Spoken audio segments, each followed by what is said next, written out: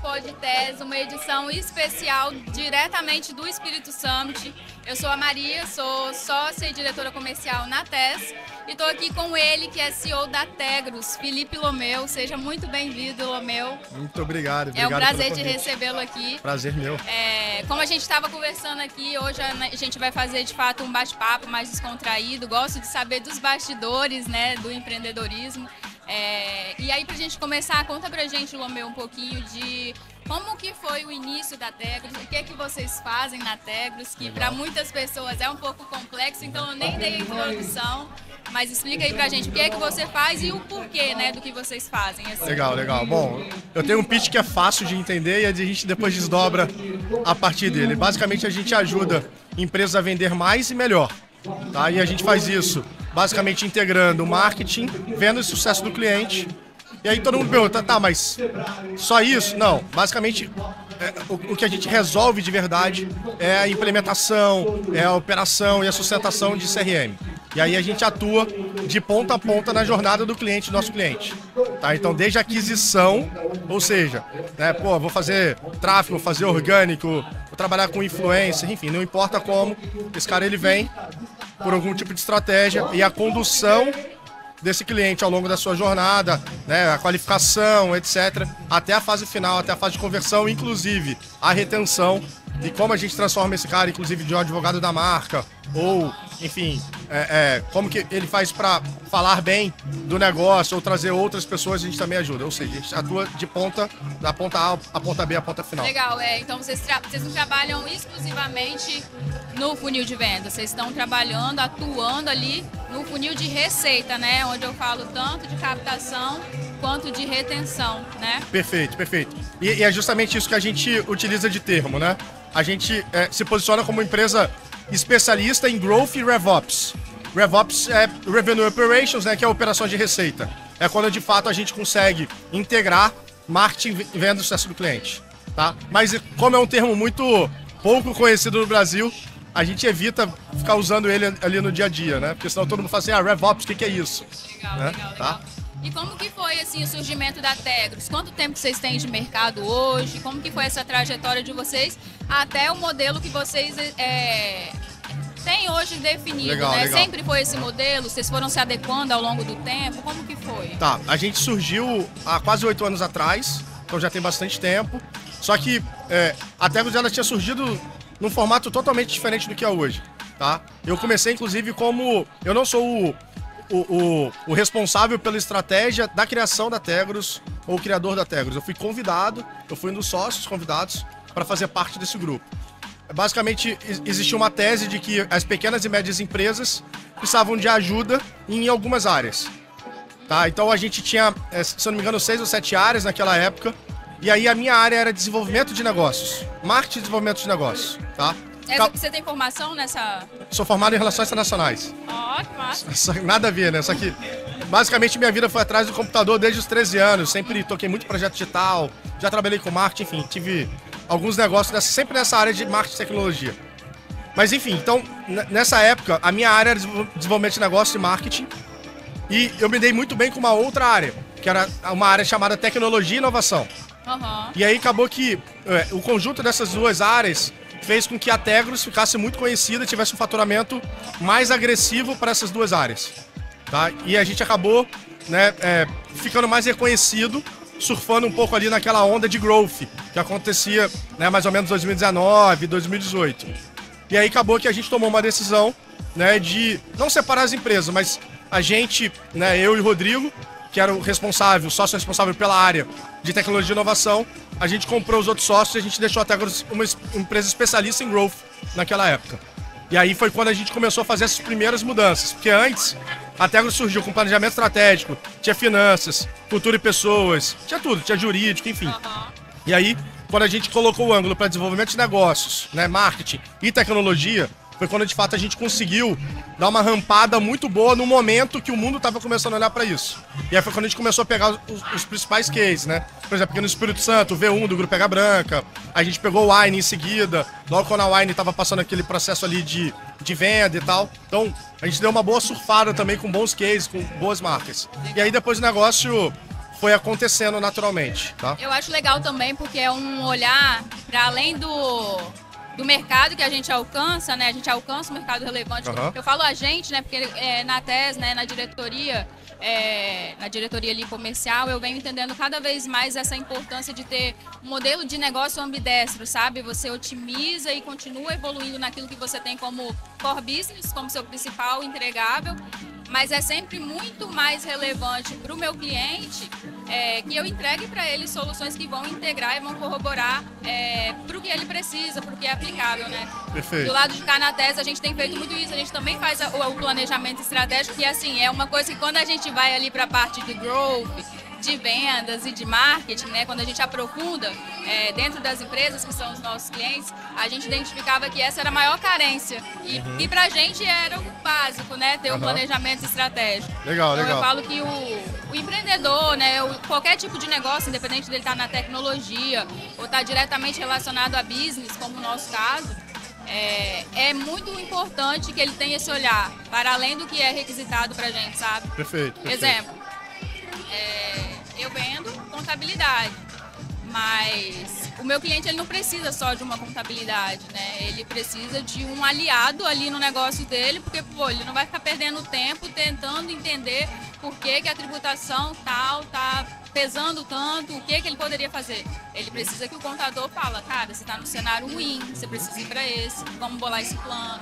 A mesma coisa, um planejamento estratégico, que é uma parte mais consultiva. Legal. Apresentar resultado para ele. Olha, essa é a saúde da sua empresa hoje, cara. Perfeito. Você está próximo ou distante da sua meta. O que a gente vai fazer para... Perfeito. Isso é o que eu chamo de fato de colocar o cliente no centro, né? É você entender muito bem quem é seu cliente, Exatamente. entender as necessidades dele e você se organizar para atender muito bem ele. Que é mais ou menos o que a gente vai fazendo na Tegros também ao longo dos anos. Então a gente já vendeu projeto, já vendemos squad, já vendemos o que a gente entende que é a solução do problema dele de diversas maneiras, né? E aí, no final do dia, eu costumo dizer que, cara, essa é a base da pirâmide, que inclusive muitos negócios erram, né? Muitas empresas, elas tentam, por exemplo, principalmente empresas de marketing ou de vendas, elas tentam resolver o problema dos clientes dela com problema de... Barulhão. Caraca. Bom, corta essa aí depois, tá? Alguém tá ganhando dinheiro. Eva. Mas basicamente, né, esse tipo de empresa tenta resolver problemas com otimizações. Aí você tem um outro tipo de empresa que tenta resolver problema com canal. Só que essa é uma pirâmide que otimização em cima é a última coisa que você resolve. Antes você tem que resolver canal, antes você tem posicionamento. Mas o mais importante é o modelo de negócio e units economics. E na minha leitura, né, você precisa entender muito bem quem é seu cliente e ter um modelo de negócio coerente e com bom units economics, né? Que é como que eu faço, como que eu me organizo para capturar valor em cima daquilo que eu vendo.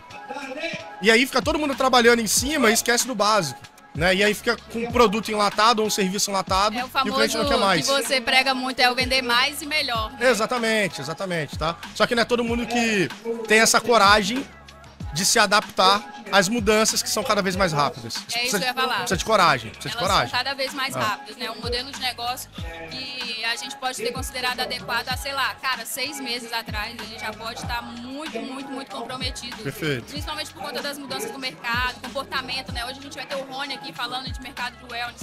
Olha a crescente desse mercado, como, por exemplo, nos últimos anos. Se a galera desse mercado, por exemplo, não vai se adequando, quem está lidando ali com esse mercado, você fica para trás muito rápido. Não é mais como, sei lá, 3 anos atrás, né? Que você tinha um tempo. Eu penso dessa forma, tá, Lu? Você tinha um tempo considerável para você ir se moldando, né? Conforme a necessidade do cliente. Hoje não, hoje é tudo muito rápido. Você fica ou você avança muito rápido, ou você fica para trás muito rápido também. Literalmente, é só você pegar aí, né, você falou de mercado wellness. Pega as academias de bairro, né? Cara, as academias de bairro estão sofrendo, né? Sofrendo com... Elas não conseguiram se adaptar àqueles... esqueci, tipo... Você tem pra empresa lá o benefício. Né? Gympass e tem o outro também. Muitas academias de bairro demoraram para entrar nesse mundo. Cara, essas academias, a maior parte morreu.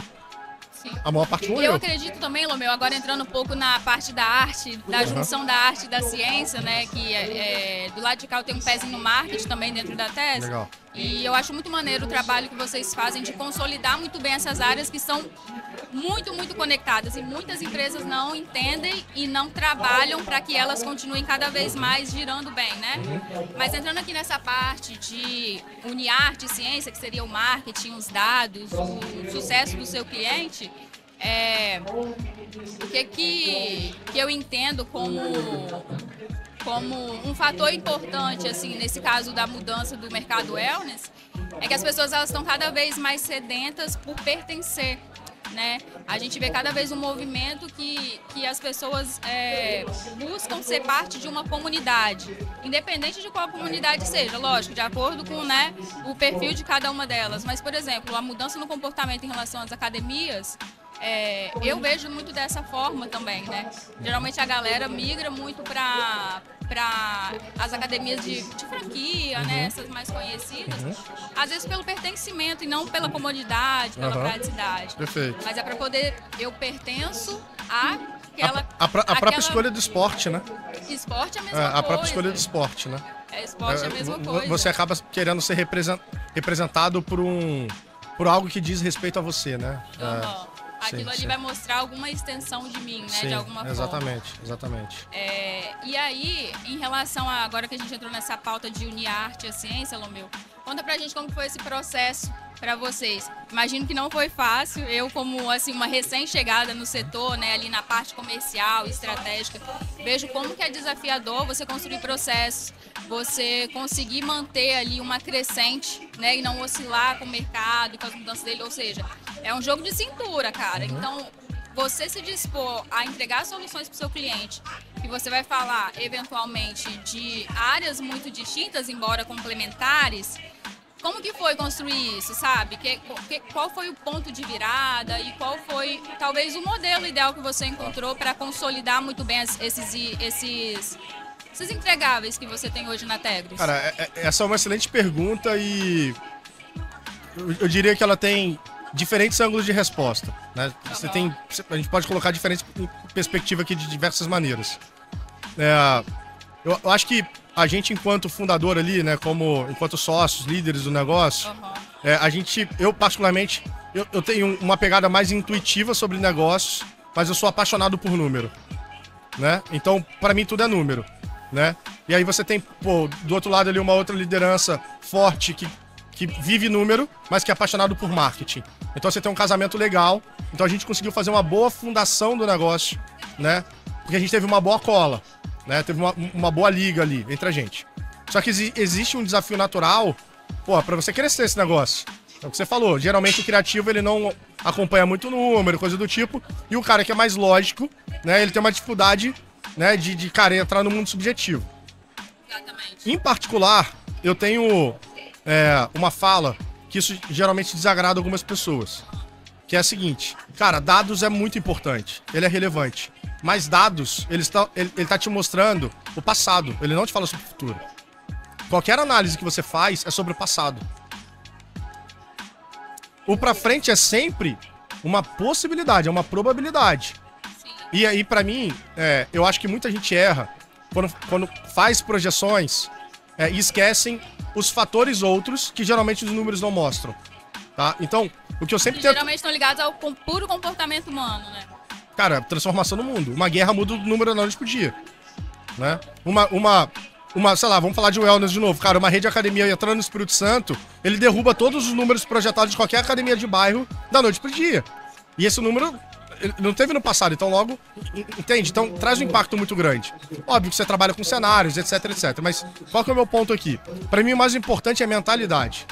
É o que a gente chama de mindset growth, que é, cara, eu preciso estar disposto, preciso estar aberto, né, o tempo inteiro a entender o que está acontecendo. Eu olho o passado sim, olho o número sim, mas eu preciso estar o tempo inteiro me provocando sobre as possíveis mudanças que vão acontecer, em especial com o cliente no centro. Porque se eu ponho de fato o cliente no centro e estou analisando a jornada dele de ponta a ponta, cara, não importa o que aconteça hoje, eu estou perto de você, eu estou próximo a você. Eu consigo responder rápido, entende?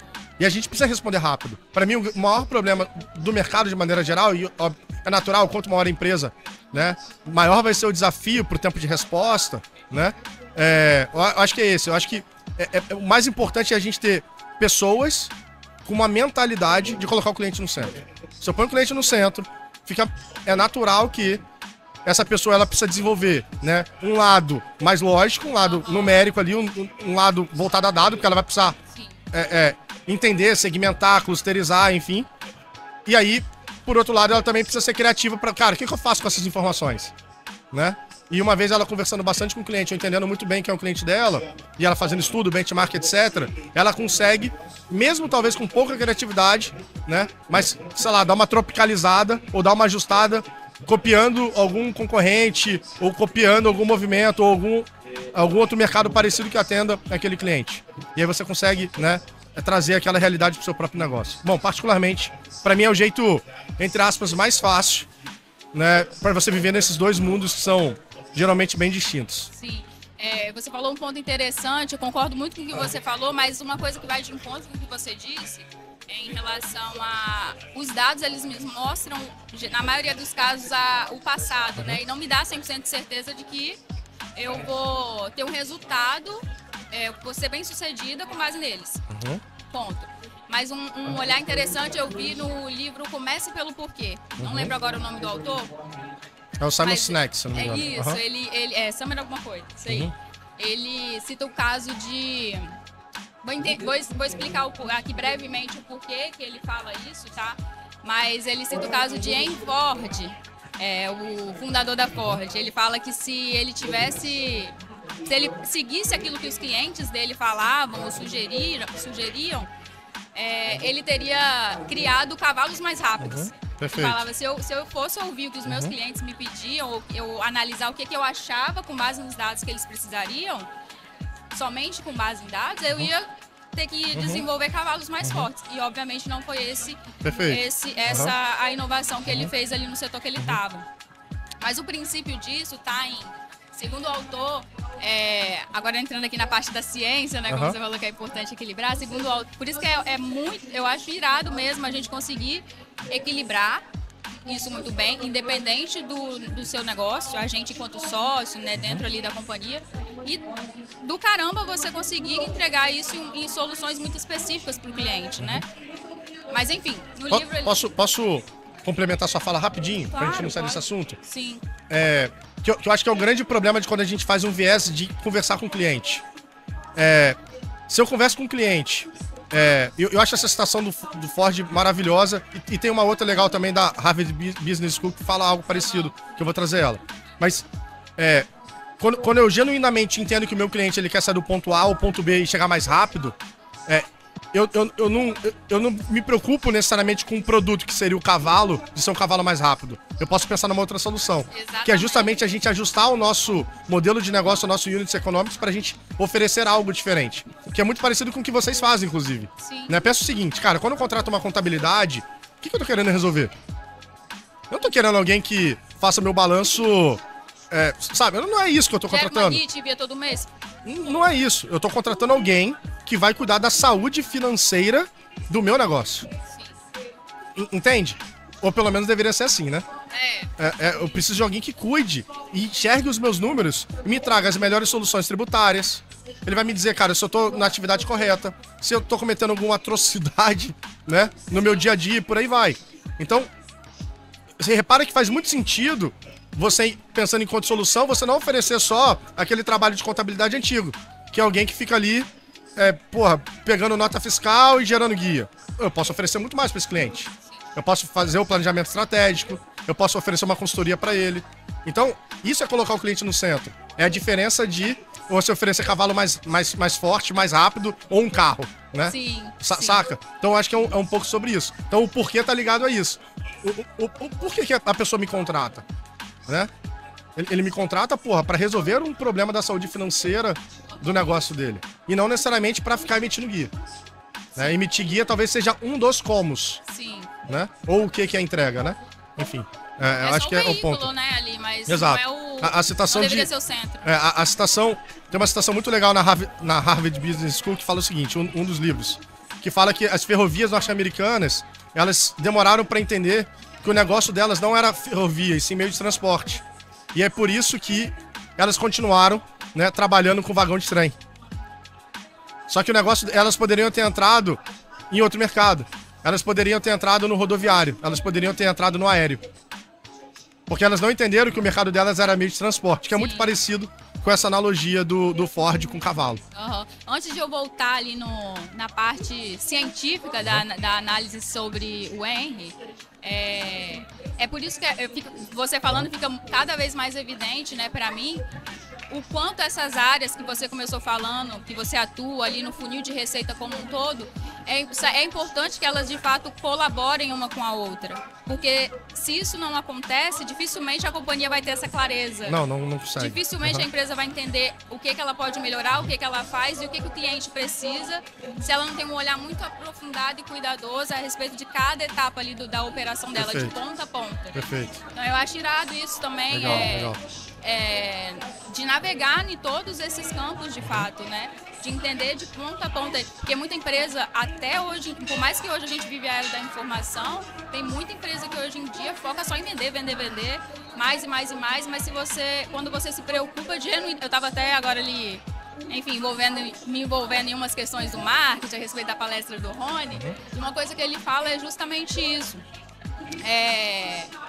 Você precisa entender cada vez mais do seu cliente. Perfeito. Antes de querer entender de vender. Perfeito. Porque assim você consegue fazer com que a venda seja uma consequência. Perfeito. E não uma ação de resultado de uma força bruta ali. Eu tenho uma palestra que eu dou desde 2016. Que ela tem uma figura. Você lembra daquela série do Breaking Bad? Assisti. Assistiu? Que tem a foto lá, eu esqueci o nome do ator, enfim, do personagem. Que cara, você não deve se perguntar mais como eu vendo mais. A gente tem que se preocupar com outras 3 perguntas. Como eu melhoro o meu processo, como eu melhoro o meu produto e como eu melhoro a vida das pessoas. Se eu respondo genuinamente como eu melhoro o meu processo para melhorar o meu negócio para o meu cliente, como eu melhoro o meu produto para o meu cliente. Melhorar produto não necessariamente é deixar o produto mais fancy, deixar o produto mais bonito ou mais elaborado. Melhorar o produto para deixar ele mais barato também, dependendo do seu mercado, Sim. tá? Dependendo de quem você atende. E como você melhora a vida das pessoas, genuinamente, cara, no que a gente vive hoje da era da interação, das pessoas compartilhando, falando bem, postando, vender mais vira consequência, tá? Então, 100% alinhado. Espero que eu ganhe o mesmo dinheiro que o Rony ganhou. Eu também. Mas é muito isso, né? Quanto mais você foca na solução que você gera, na prosperidade, né? A gente fala, de fato, eu vou até mostrar aqui, fazer um merchanzinho da nossa caneca, né? Quanto mais você foca em, de fato, entregar prosperidade, em ter propósito no que você faz, a gente acredita muito nisso na TES, que o crescimento, né, e toda a prosperidade financeira, ela é natural, entendeu? Mas a gente também parte do princípio que o meu foco não tem que ser só o retorno financeiro. Eu preciso gerar resultado primeiro para o meu cliente. Perfeito. E aí, só para a gente fechando ali o início do raciocínio lá do Henry Ford, e como o tema desse podcast ele fala, né, sobre envolver a arte e a ciência para lidar ali com os números e com o crescimento, ele fala da seguinte análise, né? Eu acho que fez um estudo, não lembro se foi um estudo ou enfim, em que não é possível não, né?